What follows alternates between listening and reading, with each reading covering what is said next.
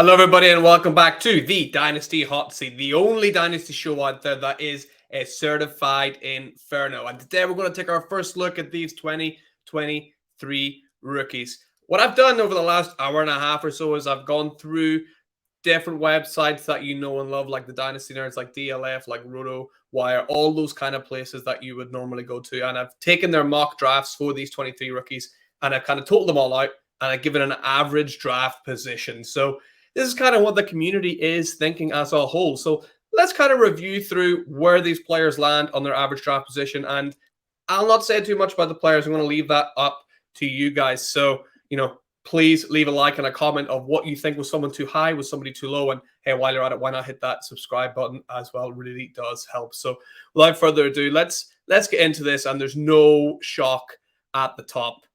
Number one overall, even though it is super flex drafts, Bijan Robinson still seems to be the number one player off the board. Very closely run, closer than I thought, was in the undisputed number one. We'll talk about that with our number two player. But yeah, Bijan still coming off the board. Number one, could potentially be the running back one already, right? In Dynasty Fantasy Football. So Bijan Robinson, cannot wait to see where he goes and what he does. Second, that's Bryce Young. He ran Bijan Robinson really close. And I am wondering, the closer we get to the draft, are some people going to start taking these quarterbacks at one ahead of Bijan Robinson? Are people tired of getting burned by running backs going at number one overall? People taking Breece Hall got burned last year because he got injured. People taking, in your overall draft, taking Jonathan Taylor number one. You've got burned. People who took Christian McCaffrey before, they've got burned. People who took Saquon Barkley before it won. All these running backs do come back and bite you eventually. So maybe some people are tired of it. Maybe they're going to start taking quarterbacks at one. But for now, Young is at number two, and Stroud sitting at number three in the Superflex mock draft. Those two are going to be really, really close. Both of them have their flaws, but they're probably going to go in the first round in the first couple of picks in the NFL draft, and the same in your Dynasty Superflex drafts as well. So on to four, we got our next running back. It's Jahmyr Gibbs. This guy, people talked about, Alvin Kamara-esque vibes with him, maybe with a bit more speed. So that is Dynasty goal. I think Jahmyr Gibbs will certainly maintain that high draft value coming in. And, he's not really rivaling Robinson as the number one running back, but he seems to be fairly consensus as the number two running back in this 23 class. First wide receiver coming off the board. Hey, stop what you're doing. Leave a comment. Who do you think it's going to be? It's Jackson Smith-Njigba.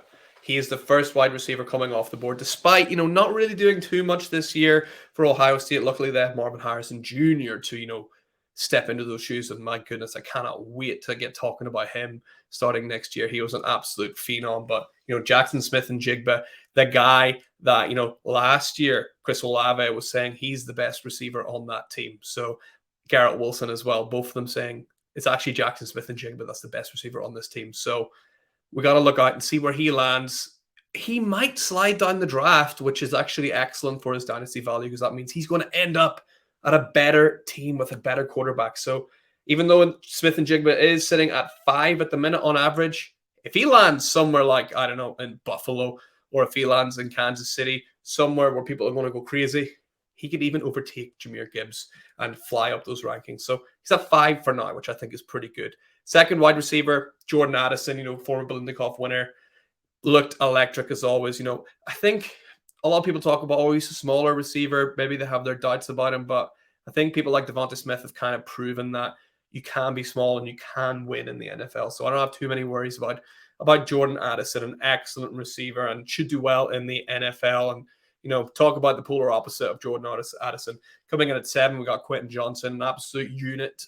Didn't do much in that, championship game there, although none of his teammates did much either. They got absolutely obliterated by Georgia.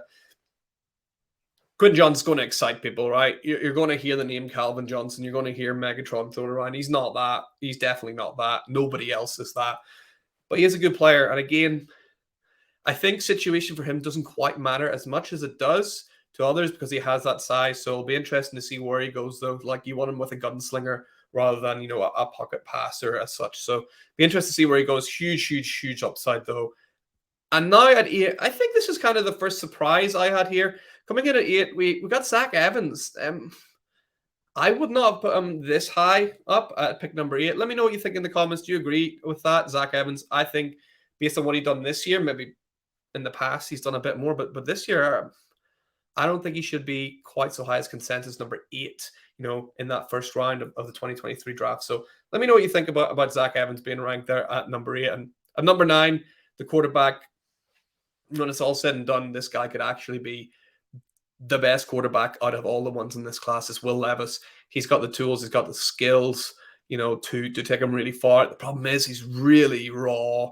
He makes silly mistakes. There's a lot to do. I wouldn't expect him. I wouldn't expect him to be a starter, I don't think, next year. So it might be one you have got to wait on. But Will Levis, I think, has got the talent to come in and do a really, really good job in the NFL. And he could be one of those talents like, you come back thinking of the 23 draft, it's like, how did Will Levis go that late in the draft? Or how did people not take Will Levis? Kind of what they spoke about with Josh Allen or people like that sliding a bit later in the draft. So Will Levis is in there. Could be really good, but a lot of risk there as well. But head super flex. Sometimes you got to take that risk on that quarterback, right? Next, still in the first round, in at number 10, we got Sean Tucker. Another guy that, has shown lots of bright sparks in the past, but pick number 10, it is still a first-round pick. Are you wanting to invest a first-round pick on Sean Tucker? I think it depends where he lands, right? But for now, people seem happy enough with putting Tucker in there. I think after the first couple of running backs off the board, there's a real, discussion going on about who is that running back 3, 4, 5. It seems to be different everywhere. Like the different websites I looked at, they were very, very different where they were ranked. Just so happens that it's evened out with Evans and Tucker as the next guys, but maybe not my personal preference. We'll see what it's like at the end of the year, though, and we'll see where these guys go in the NFL draft. Next, another wide receiver is Keyshawn Boutte. Probably not based on what he done this year, to be honest, but, people who know a lot more than me grade him out as a first-round talent as well. So, I got to believe him, and he's come out on average here at pick number 11. Didn't really show up this year for LSU, but, he has done it in the past. So those LSU receivers obviously have a good track record as well in the NFL. So Keyshawn Boutte probably expected to go in the first round for now. And tailing off the end of the first round, we got Anthony Richardson. Again, probably a good idea to take a risk on some of these quarterbacks. Richardson, I'm not really sure where he's going to go in the NFL draft, actually.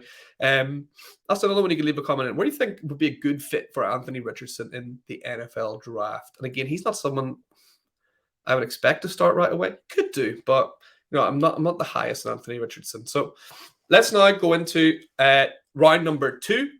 The start of round number 2, the 201 was Tank Bigsby. I mean, first of all, brilliant name, right? Fantastic. If this is the 23 draft for names, Tank Bigsby's going 101 ahead of, I don't know, Jackson Smith and Jigba's pretty good, right? But Tank Bigsby, right? Fantastic name. Fantastic player as well. Lots of upside there. And this is kind of where these running backs start slamming in. There's so much depth at running back here. You want as many picks as possible. This is what people have been saying for years about the 23 draft. You want as many picks as possible. So hopefully you've done that over the last few years. So you can pick up people like Tank Bigsby, Keyshawn Boutte, Sean Tucker, Zach Evans, who we've mentioned, and a lot of these sort of shots in the dark. And the more shots you have, the more chance you have of hitting. So we've got Tank Bigsby in at 13 off the board, and second pick of the second round. We got Josh Downs in here, a really good player, lots and lots of upside. Someone I need to do a little bit more digging on personally before I can say too much on. But hey, leave a comment. Do you like Josh Downs? What do you think about him? Tell me a little bit more about him. But he's going high in the second round, which I was a little bit surprised about.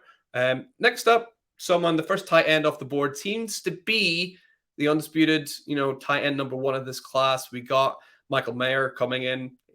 I mean, what can you say about him? I think he is pretty much undisputedly the best tight end coming out there. He's looked really, really good all season.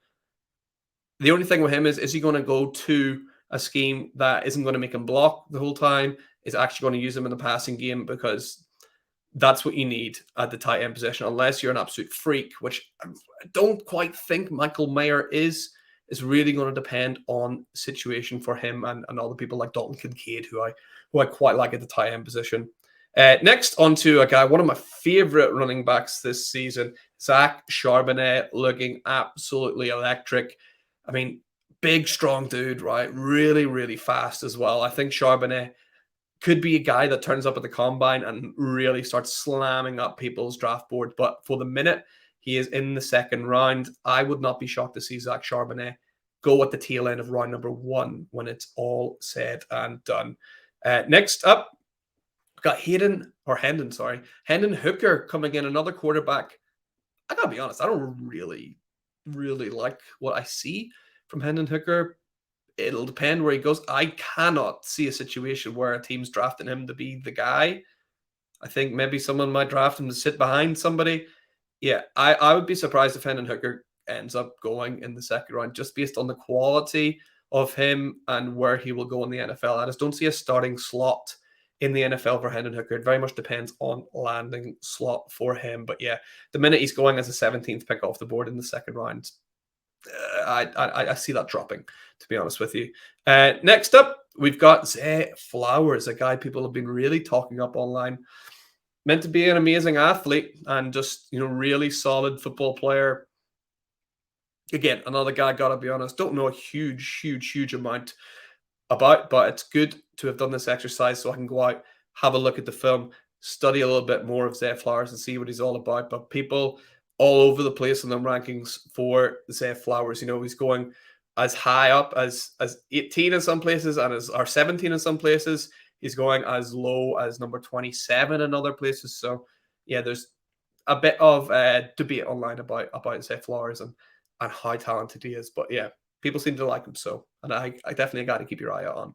Next up, we got Jalen Hyatt. Kind of the same thing. Some people have him rated really, really highly. Some people, he wasn't even on the draft board at all. All the way past round 3, did not see Jalen Hyatt on there. So yeah, he's another guy that you're going to have to go and have a look online and have a look at some of the tape and decide if you like, and maybe look at the combine and look at where he lands. But for the minute, he's landing in round number 2 on average. So Jalen Hyatt, definitely someone to keep your eye on. A guy I have been keeping my eye on. Sneakily got over 1,000 yards this year, I think, and no one's really talking about him. Marvin Mims, a really, really solid receiver. Kind of, it sounds like an insult a bit, but kind of like a really good kind of third wide receiver on a team and an NFL team. I don't expect him to be an alpha anywhere, but he's the kind of guy that if there is an injury, he might be able to come in and step in and do a really good job. So Marvin Mims, definitely a good player, and maybe underestimating him because, like I said, he did 1,000 yards this year and no one's really talking about it. So maybe he's better than people think. And next up, we got Kendre Miller, the fourth last pick of this draft. We got Kendre Miller going in the back end of the second round. He's another one. He didn't appear in some people's draft boards, and other people had him way, way up. So Kendre Miller, let me know what you think of Kendre Miller, actually, because he's another one. Again, I need to do some more. I'm not pretending to be some kind of expert here, guys, and say that I know everything about everyone. I don't. I'm still working my way through everything. Kendre Miller, I've seen sparks of, but I've not seen enough of the tape to really tell you if I think this is the perfect example. This is just what the community thinks. So, agreeing, or do you think it's too high or too low? Next up, one of my favorite players in this draft, someone who I've watched quite a bit of, and I think he is brilliant, is Devon Etienne. I know he's small, right? Let's get that out the way. But you cannot watch this guy and just not smile. The pace, the cutting, the just big playability of Devon Etienne is unbelievable. He's another guy. He's going to go to the draft. He's not going to be here in round number 2. Not a chance. He's going to go to the draft. He's going to run a ridiculous 40 time. And he's going to go pretty high in the NFL draft. There is a chance that he ends up being some kind of gadgety player and doesn't see the field much and maybe doesn't live up to expectations. He'll probably be like, a punt returner, something like that. But he's got so much talent, so much ability that I think he's worth a punt, at the back end of the second round. If he's there come draft time. I don't think he will be, though. I think people are going to fall in love with Devon Etienne. So let's go on to our penultimate pick. We got Rashee Rice coming in at the penultimate pick, and at the final pick, because we want to make this 15 minutes, we got Raheem Jarrett, coming in at pick number 24 at the back end of the second round. Who's been left out, right? Someone's probably screaming at the screen. I can't believe X wasn't there, right? I can't believe Kenny McIntosh wasn't there. I can't believe Tajay Spears or Dalton Kincaid or Parker Washington. My guy, Parker Washington, wasn't there, right? Deuce Vaughn. All these guys, they didn't make the list. They didn't make the cut. They all fell into the third round. Tell me, do you think that's terrible? Should they have gone in the second round? Some of you think they should have gone in the first round? Hey, you got to let me know. If you enjoyed the video, give a thumbs up, give a subscribe, all of that. Just getting started on the 2023 rookie class. So this is going to be a really fun offseason. I cannot wait to dive in some more. In the meantime, thank you so much for watching. Please remember, guys, if you can, do me a favor. You know the deal. Hit that like, hit that share. Loads of people to comment on. Let me know what you think and subscribe to the channel. That will be amazing. Thank you for watching. Remember, in the meantime, keep yourselves, keep your teams lit, and we'll see you next time on the Dynasty Hot Seat.